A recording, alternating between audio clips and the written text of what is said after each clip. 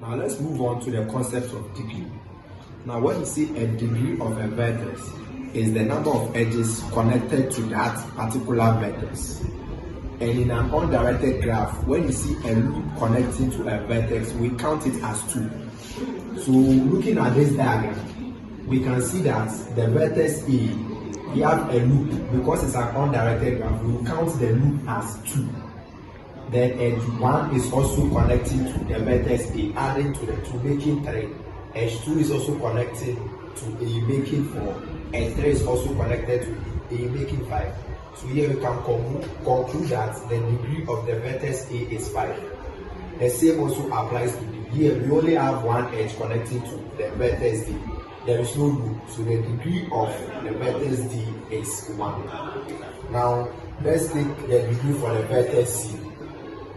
So here you can see that edge 2 is connected to C. There is no loop. So here we can see that the degree for the vertex C is also 1. So this is about the concept of degree in an undirected graph.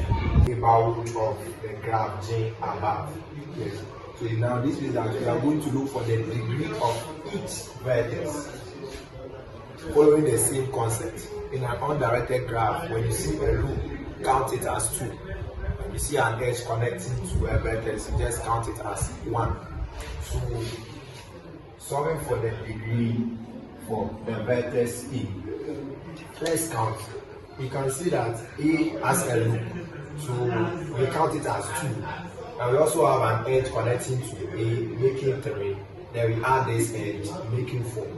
So now here we can see that the degree of the vertex A is 4.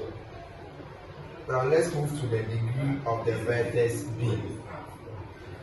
So from B we have an edge connecting, making 1, another edge from here, making 2, another edge from here, making 3, and another edge, making 4. So the degree of B is also 4. Now let's look for the degree of the vertex C. So C, we have edge from D to C, making 1, an edge from B to C, making 2, an edge from F to C, making 3, and an edge from E to C, making 4. So the degree of the vertex C is also 4. Now let's move to the degree of the vertex G. Now from the graph, we can see we only have one edge. That's from C to D. So here we can see that the degree for the vertex D is 1. It has no loop, so it's 1. So we have 1. Then we move on to the degree for the vertex E. Now here we can see we have one edge connecting, making 1, another edge, making 2, and one edge here, so making 3. So the degree of the vertex E is 3. Now we move to the degree of the vertex F.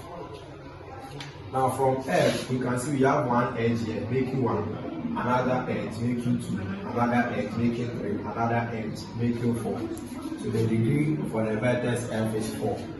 Now we move to the degree for the vertex J. Now, anytime you see a vertex on its own, there is no edge connecting to it. We call that vertex an isolated vertex. And every isolated vertex has a degree of 0. So the degree for the isolated vertex J is 0.